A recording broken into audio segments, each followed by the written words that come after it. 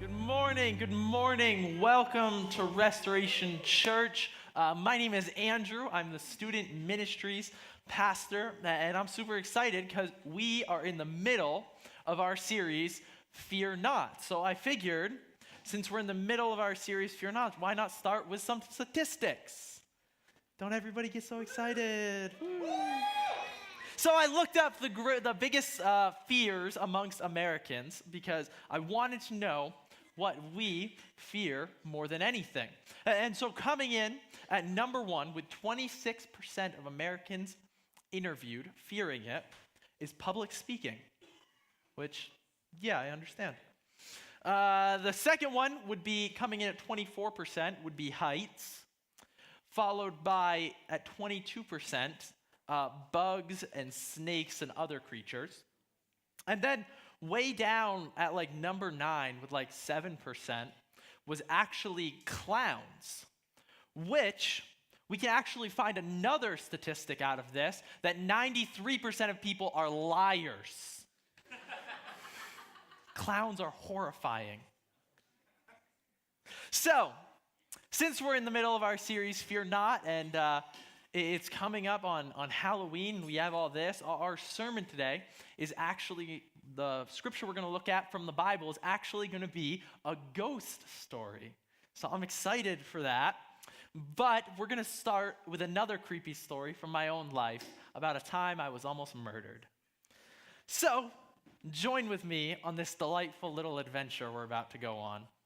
I believe I was about 21 years young, and I was home from college, and I had decided to go spend some time with some friends who I hadn't seen in a while. And when I decided to do this, I hung out with them, and then at the reasonable hour of 3 a.m., I decided to drive home. So my friend didn't live far from me, so it wasn't a big deal, but it was about an hour and a half drive to, not an hour and a half, a mile and a half drive to my house. So it wasn't a big deal. It was going to be quick. It was going to be that. And so I didn't expect to really see anyone on the road because I lived in a small town, and I mean like real small town. When I moved to Florida for college, they said, oh, the town you're in is great. It's got such a small town vibe. There was 100,000 people that lived in the town I was in. And I'm like, no, it doesn't. I come from a town of 7,000. That's a real small town vibe. And so I didn't expect to see anybody on the road. But as I'm going, I pull out of my friend's house, and I'm driving, and I get onto the main road that brings me back to my house. A car comes behind me. So I was like, oh, well, that's weird. People aren't usually out at 3 a.m. But whatever, there's someone behind me. No big deal. So I go, and I begin to turn. And so there's about 3 turns I have to take to get to my house. So I get to the first one, and it's a right, and I take the right. And I'm still on a pretty main road, and the person turns with me. I'm like, oh, no big deal, and then it's another left almost immediately. Still kind of main road. You have to take it to get to the interstate. So I'm like, oh, that makes sense.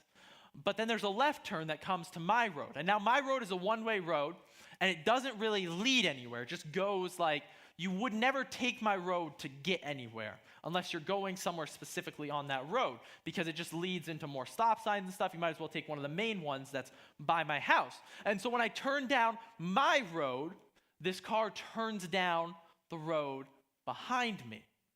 And so I'm like kind of getting freaked out now. I'm like, this is weird.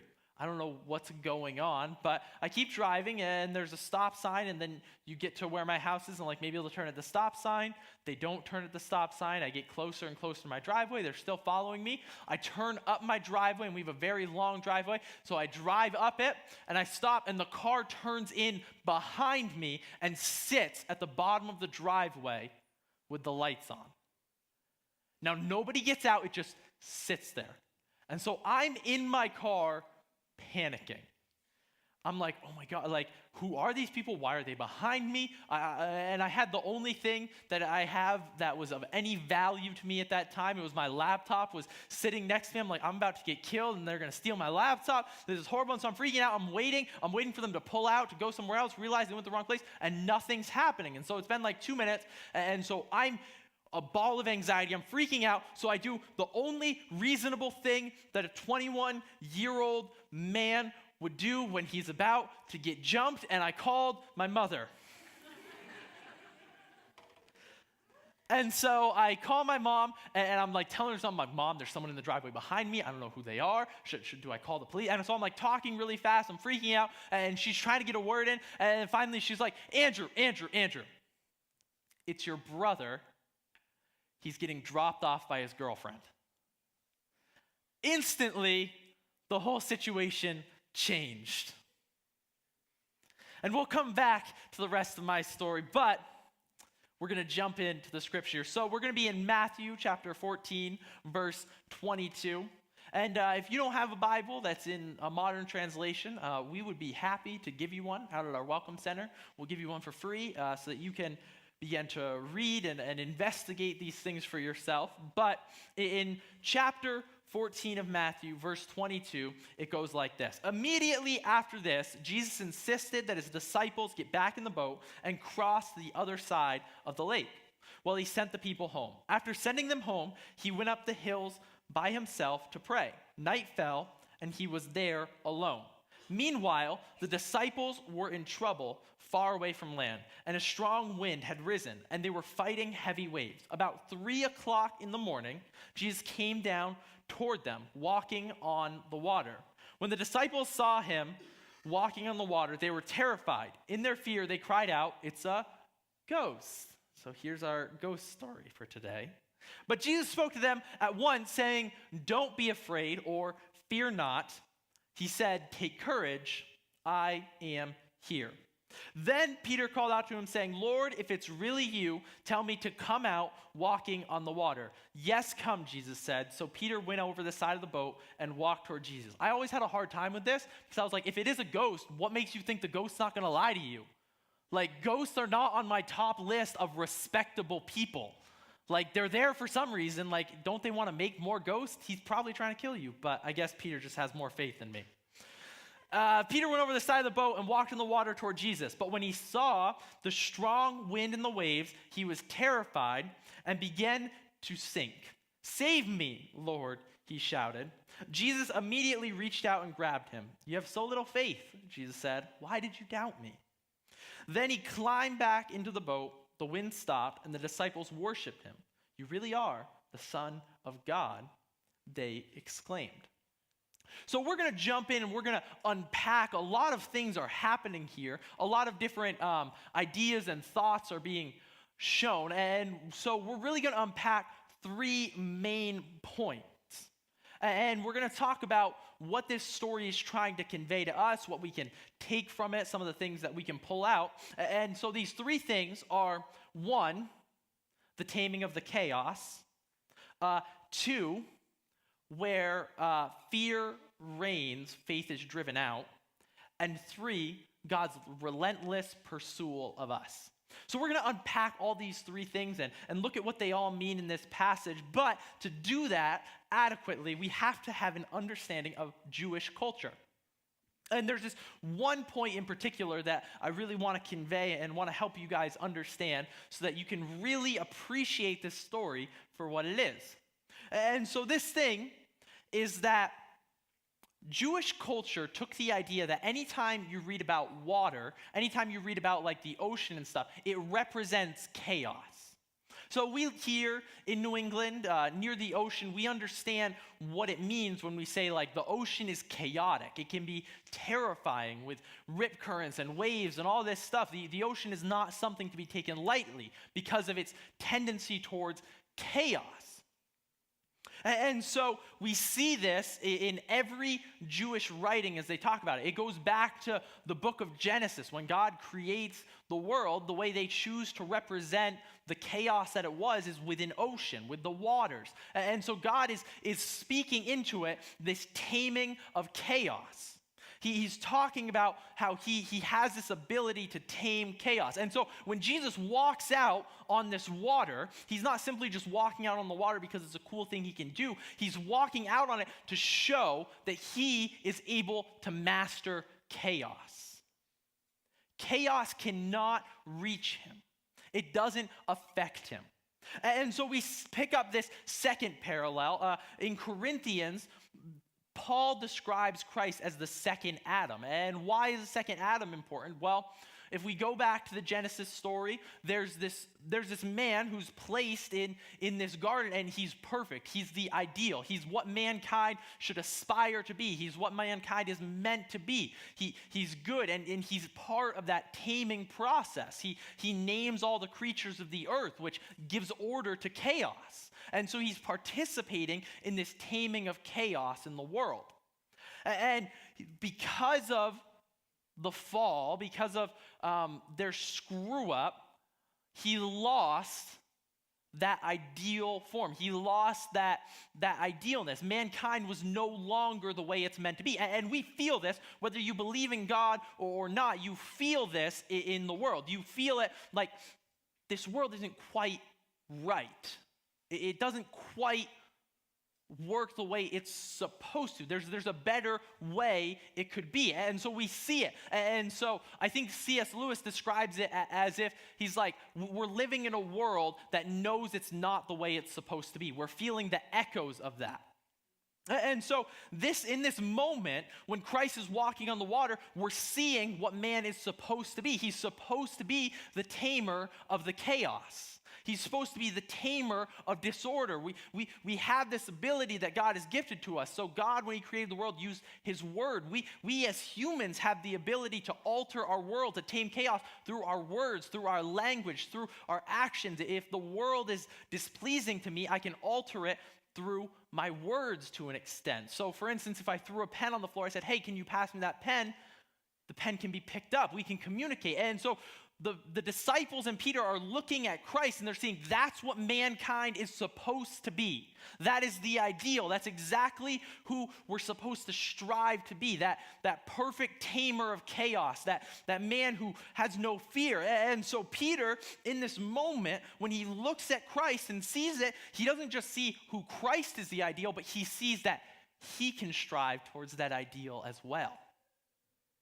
He sees in that moment that Christ isn't just the only ideal, but he's offering us the opportunity to follow, to strive towards that same destination. So Peter, with all of his courage and all of his strength, he begins to step foot confidently, realizing I too can be a tamer of the chaos of the world.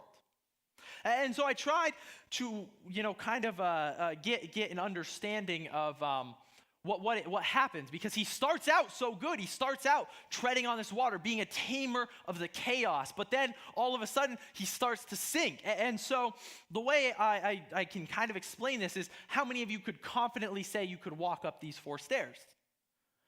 All of you, hopefully, could pretty much say, I could walk up those stairs. I have confidence in my ability to step up those stairs, to take those 4 steps to get up here. But what if I were to take these stairs and suspend them 500 feet in the air?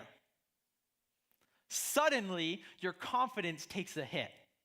You could easily do it here, but as soon as you're looking out around you and there's 500 feet of nothingness, you're not as confident as you were before. So this something like this happened in my life. So I'm gonna be honest with you. I feel like this is a safe place and we can love each other. So don't judge me when I say this. But I was filming a Star Wars fan film with my friends. And as I was doing this, I'm in my Jedi robes. I've got my lightsaber, and one of the things we decided would be really cool for me to do was, we were in an abandoned building that had burnt down, and there were these I-beams all over the place, like these big I-beams. So they're like, about this wide, and they're just these metal beams. And we thought, it'd be really cool if we fought on one of those 15 feet in the air. And to start it all out, Andrew jumps off of something and lands on an I-beam, doing an awesome force jump. And so there's a lot of anxiety going on in me as this is happening. So I'm on the ground and I'm practicing that I can jump confidently onto these I-beams. And so I'm feeling very confident in myself. I can easily jump. I'm not missing. It's a good landing space. I can land on it and then, start my lightsaber battle. And finally, I get to the point where I have to climb up and jump from 20 feet down to the I-beam that's below me. And suddenly my confidence took a huge hit. Because like something I can do and be confident in, suddenly I'm looking around me, and even though I know I can do it, it's a lot scarier. And so this is the experience that Peter is having. He starts that confident step, and he's like, look, I'm doing it. But then he begins to look around, and he sees these massive waves and this wind, and all of a sudden, he's not as confident as he was when he first stepped out of the boat. So he begins to sink. He loses that taming of the chaos ability to an extent. And so all of us can see this in our lives. We know there are areas that we're trying to aim for the ideal. We're fixing our eyes on that ideal, and we are trying to strive towards it. And the beauty of this passage is God and Christ are saying you can begin to achieve those things now. And you might say, well, you can't, God, you can't get to my doubt. But he's saying, fix your eyes on the ideal. Look at someone who doesn't doubt. Look at that and strive for that. You're like, you can't fix my anger issues. No. Look at the ideal and strive for that. You can't fix my financial worries. No. Look at the ideal and strive for that. And so it happens in every area of life. My anxiety, my fear, my anger, my depression, and God is saying, no, fix your eyes on the ideal. Don't look at the ocean around you. Don't look at the waves, because the reality is life is hard and it can threaten to swallow you up. But I am here and I am telling you to keep striving for something bigger than yourself, and you can make it. And so Peter is dealing with all of this. All of this is simultaneously going on as he takes the confident steps and begins to sink. But then we see something else that begins to play out. And this is where fear reigns, faith is pushed out. Where fear reigns, faith is pushed out. In the moment when the fear begins to overcome him, his faith, his strength, his confidence are all gone. And so I began to think, like, when can I? What is an example of this that I've seen? And if you know me and my wife at all, if you follow us on Instagram, on Facebook, or anything like that, you'll know that we just recently got a brand new puppy, and she's the most adorable thing in the world. And she's about 3 months old now, and one of our favorite things to do with her now is to take her to the beach. Because, man, she loses her mind. If you ever want to feel happy just by watching something else be happy, you take my dog to the beach because she loves it. She likes to eat sand, which is another issue, but she loves it. She'll just run on the beach and just open her mouth and just take scoops. But she loves it. She thinks it's amazing. She loves all the sand, the beach, but there's one thing she doesn't quite love yet, and that's the ocean. And so, as we brought her there, we want our dog to, be a swimmer. We want her to, enjoy the water. We want her to swim in the ocean with us and things like that. And so we would try and take her to the ocean. So we would run with her and be like, run, and she'd chase us and she'd follow us. But then as soon as my feet would touch the water, she would stop and run the other way. She was not getting in that water no matter what. And so slowly, I would encourage my dog. I would, when my wife walked away, because my wife was like, don't scare her, don't make her go in, she's gonna freak out. I would slowly be like, hey, come on, and I'd run away from the water, and then I'd turn around and run back full speed, and I'd jump in, and she would like slowly, she'd put her paws in, and then she'd run out, and then she'd put her back paws in, and then she'd run out. And then pretty soon, she would have a little more confidence, and she would come into the water, and she would jump with me. And man, just when my dog and I are frolicking, which it's weird that a 23-year-old man is frolicking, but I was, we're in the water, and and I'm just so excited, because I'm like, look, you're doing it, and I'm just so happy. And she, she'll jump around, but then that fear will overtake her. It'll come back, and she'll just bolt out of the water. And so I constantly am trying to get her like, come on, come run in, come play with me. And so like the joy I feel when my dog is able to overcome her fear and step in the ocean and jump with me and play with me is amazing. And so when I think of this story and I look at it, I can only imagine that moment when Peter steps over the edge of the boat, steps onto the water, and he and Jesus make eye contact. The joy that must have been exchanged between them. Like, there's Christ, like, you're doing it. You got it. Go. And Peter's like, and he's like freaking out. And so he's excited and he's ecstatic. And he's like, I can't believe it. And just that joy as Christ and him are celebrating this moment where Christ is saying, man, I stepped into the water first so that you would follow. I stepped onto the water so that you would know there's nothing to be scared of. I can only imagine because, man, if I get excited because my dog goes in the ocean, what happens when your best friend walks on water? The joy, the excitement, the happiness you must feel is amazing. But where fear comes in, it drives out faith. It drives it aside. And Peter loses that joy. He loses it in that fear. And he steps it. And so many of us sometimes find ourselves in that situation in our lives. You know, we're excited for a moment, but then something comes up, something hits us over the head, and all of a sudden it's fear. It's terror.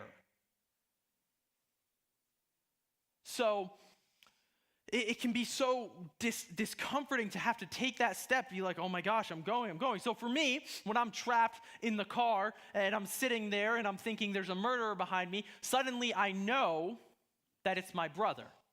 Like intellectually, it makes sense. Like, yeah, of course he's getting dropped off.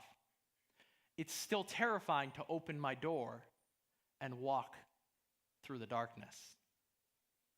And so Peter has to overcome this. He may know intellectually, he's looking at Christ, he's saying he's doing it, I can do it. He knows it in his mind, but it's a whole nother fear to take that step. And so for me, when I opened the door and I walked and I began to walk towards the other car, I remember that anxiety. It's like, yeah, it should be my brother, but what if it isn't? What if it's a crazy murderer? What if it's a clown? What if it's someone who wants me to public speak? This could go horribly. In the moment where I step and I look and it is my brother, it is the person I can trust, that's the moment when I'm walking in the ideal. I'm walking in the chaos taming. I'm walking in what I am supposed to. And so the final point we get to is God's relentless pursuit of us. So Christ didn't let a storm stop him. He didn't let the winds, he didn't let the waves stop him from getting where his friends needed him. And God will not allow you to get away that easily either. There's no storm, there's no chaos, there's no nothing that he won't be willing to tame, to walk on, to stop, to get to you.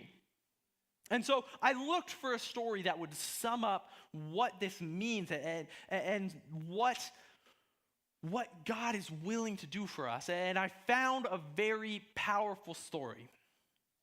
And it's about a woman named Carrie Shaw. I don't know if she has a book, but she's had many interviews and articles written about her, and I would recommend you go look into her story because, man, it is powerful.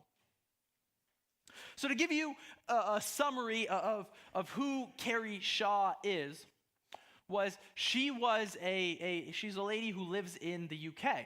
And when she was about 17, she said she didn't have a lot of direction in her life, but she fell in love with a guy. And so they got married basically the day after she turned 17. And so they're married and she's working like 14 hours a day, something ridiculous, and he's just living off of her income. And they end up having 2 kids named Makor and Daniela. And so it goes on this way for years, but then one day, when she comes home, she notices that they are gone. And it turns out her husband, Arf, had fled from the UK to his home country of Iraq with her children. And so she's freaking out, and finally she gets a phone call from him saying he's taken the children and he's keeping them, and the only way she'll ever see them again is if she sends him money. So Carrie says, I'll pay whatever price. And so she's sending every penny to go get her children back, to try and talk him into letting them come home to her, but he's not relenting. And so after several months of her paying and pestering him and trying to get him, she's gone to the authorities. The government said, we can't help you, we can't do anything, we can't extradite him from another country, there's nothing we can do to get him back, we can't help you, so no one can help her, so she's just trying and just talking to him. Finally, he says, all right, you can come visit them, and so she flies there and spends a lot of money to get there, and she's allowed to see them for 2 hours before they're taken away by their uncle. And so they send her back to England, and she's distraught, and she talks in her story about how she would wake up in the middle of the night kicking and clawing in terror because her children were not there. They weren't where they were supposed to be, and there was nothing she could do to get them back. And so she continues to try to reason with him, to try and talk with him, and finally he says, if you meet me on the border of Turkey, I'll let you have the kids. I'll let you take the kids back. So she goes to Turkey, and when she gets there, she's taken to this little hut where the kids are never shown to her, and they keep her locked there for 29 days. She's left to sleep on the concrete, and after 29 days, they finally let her go without having seen her kids even once. And so she's distraught. She doesn't know what to do. At this point, it's been 2 years since her kids were abducted from her. They were now 8 and 7. And so finally, she says, you know what, I've had enough. I'm done with this. I'm going to get my kids back. And so she spends a huge amount of money to buy herself some last-minute plane tickets and flies to Iraq. And as she gets there, she knows that her husband and his family sleep between 2 and 4 in the afternoon. Because in the desert, there's such heat, so everyone just takes a nap so that they can escape the heat for a little while. And so she gets a taxi to drive her to the house, and when she gets there, she sees that no one else is outside except her 2 kids are in the garden playing. And so Carrie says that she quietly, it gets them to come to her. She encourages them. She gets their attention. And she said, even though it had been 2 years, they knew instantly who she was. And they ran to her. And she said, but she couldn't savor the moment because she had to get the kids in the taxi, and she drives to the U.S. Embassy, and the embassy says, we can't help you at all. We can't, if he comes for them, we can't stop him. And so she freaks out, so she goes and she spends $10,000 on plane tickets. I think it's 10,000 pounds, so that's actually like $17,000. On last-minute plane tickets just to get them out of there and fly them back to the UK. And she said she lived in this anxiety, this fear the whole time that before they got on the airplane, he was going to come. Before they made it to touchdown, they were going to get brought back, and then he was going to come. And then finally, she says, when they landed in the UK, she breathed a sigh of relief. Her kids didn't even speak English anymore after being gone for 2 years. They only spoke Kurdish. But she could finally savor the fact that they were home. They were where they were meant to be. See, it's with that passion that God pursues us. It's with that level of dedication that God comes after us, that he walks on water to find us, that he tames the chaos to find us. She spent 2 years searching for her kids. God has spent all of time searching for you. He said, I will pay any price, and he paid any price when he died so that you could be with him. You could come back to where you were meant to be, and maybe you don't even speak the language, but you know it's where you're supposed to be. If the band could come up as we wrap up.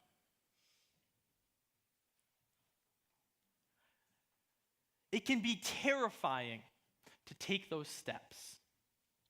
But in that moment when Peter began to sink, God didn't let him sink. Christ grabbed him and lifted him up and pulled him out and said, I'm not going to let you go that easily. I'm not going to let you get away from me. I'm going to pay so much. I'm going to pay any price to make sure you get home. You get back into my arms. And you don't quite get it all yet. You don't quite understand it. But you know what? You know you're where you're supposed to be. And that might be you today. You say, you know what? I'm disillusioned with the church. I'm disillusioned with Christianity. I don't want anything to do with it. But I'm here to tell you, to let you know that God isn't finished with you. He's not disillusioned with you. He's grabbing you. He's saying, I'm pursuing you. I'm chasing you. I will never let you go. See, I remember when I was younger, when I was about, I can't remember how old I was, but my little brother was about 3 years old. And he was doing swimming lessons. And at 3 years old, it's supposed to be, your mom does the swimming lessons with you, helps you out, helps you deal with it. And my mom was like, I'm not about that life. Andrew, you're doing swimming lessons with him.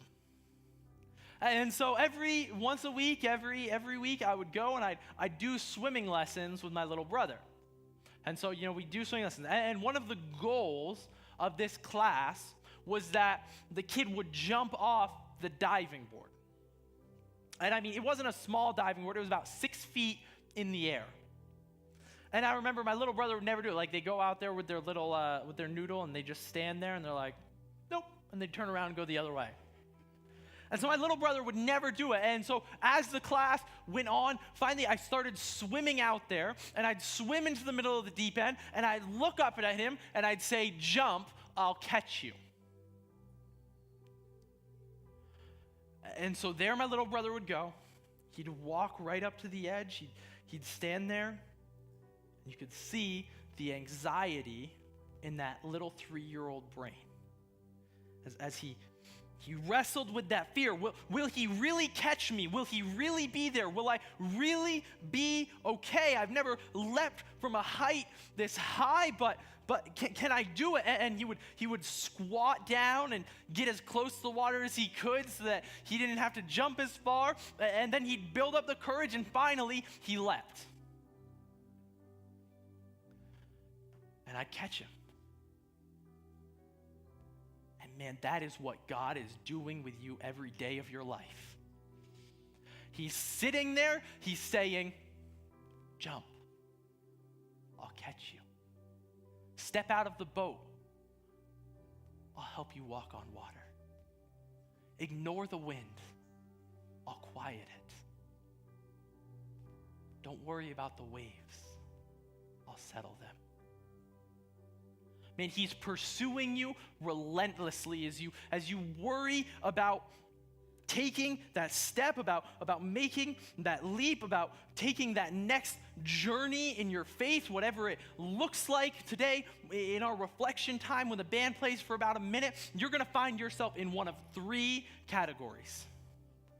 And each category is going to begin to think and pray and have a conversation with God, depending on where they are. And so the first category, you're going to say, you know what? I don't even know if I believe in God yet. I don't even know if God is real. I don't know if I'm about this church thing. But you know what? For some reason, I'm going to take a step and I'm going to see if the water is solid. And so when we have our reflection time about 1 minute, you're going to begin to pray, God, if you're real, I want to know. I want to begin to take that journey. I want to say, you know what? I want to trust you. If there's an ideal man that I can be, if there's an ideal man that you want me to be, if there's an ideal man that I can walk towards, you know what? I'm ready to start that journey. And I have confidence. I'm going to fix my eyes on you and nothing else. And for this minute, I'm going to say, God, tell me, help me, and show me. This is the path you've set for me. And you might find yourself in the second category. And if you're there, you say, you know what? I believed at one time, but I'm kind of like Peter right now where I'm sinking. My faith is on rocky waters. There's doubt. And I've looked around and the circumstances of my life seem too big. And so you're beginning to sink and you're saying, Lord, help me. I need you to lift me up. So you're going to say, God, in this moment, in this reflection, tell me that it's going to be okay. Tell me that I'm going to make it through. Because it doesn't feel like I am. And I need you to help me tame the chaos that is everywhere in my life. And I want to fix my eyes on you, and I want to be able to walk on water again. And if you're in this third camp, you're going to say, man, I'm like Peter right now. I'm like dancing for joy on the top of the water. You're not excused yet. Your job is then to look at the people in the boat behind you and say, come on, get out. Let's go. We're doing this together. I'm not going to be the only one who fixes my eyes on him. I'm not going to be the only one who cares enough to begin to walk on water, to tame chaos, to see miracles happen. I'm not the only one. Come with me. Come with me. Step into the water. Have courage. So you're going to pray and talk to God. You're going to say, God, who am I supposed to help take that next step in the journey? Who am I supposed to invite to Fall Fest? Who am I supposed to reach out to? And if you're standing there, you're saying, yeah, I want that, then you got who we are at Restoration Church, because we live and we have a saying of just one more. We'll do anything for just one more. We'll step out of the boat for just one more. We'll step onto the water for just one more. We'll fix our eyes on Christ for just one more. And so you're going to find yourself in one of these three categories, and you're going to begin to talk to God, and you're going to wrestle harder than you ever have in your life. You're going to say, God, I don't know if you're real, but I want you to be right now. I want to know if you're just a ghost, or if I don't have to be afraid, if I can fear not. You're going to say, God, I'm sinking, I'm drowning, I don't know how to come out of this, but I need you to lift me up. Or you're going to say, God, I'm on the top of the water, but I'm not pulling people with me to come on this journey. Give me a heart to do that. Give me a heart to reach people, to let people know that they don't have to be scared of the chaos underneath them, the wind around them, because right in front of them is the ideal, and we're all going on a journey to become as like him as we can. So if you'll bow your heads with me, God, we pray that you reveal yourself right now in our lives. No matter where we are at, which one of these three categories we're standing in, that you begin to show yourself to us, to let us know who you are, so that we can know that it's not a ghost on the water. It's a man saying, do not fear. Do not be afraid. Fear not. God, give us the strength to wrestle with these questions, to wrestle with our faith, to wrestle with who we are, and give us the courage to come forward with that. In your name we pray, amen. So we're going to go into a time of about 1 minute of reflection, begin to wrestle with these questions, and after service ends, if you said you were in this first category and that you know what, you want to take this journey, you want to begin to understand what it means to step out of the boat, there's going to be people up here who are going to be willing to talk about that with you, willing to pray for that with you, willing to begin to help you on that journey. If you're saying, I need help, I'm sinking, then you have the courage to come up and say, I'm sinking, I need help. Pray for me, help me.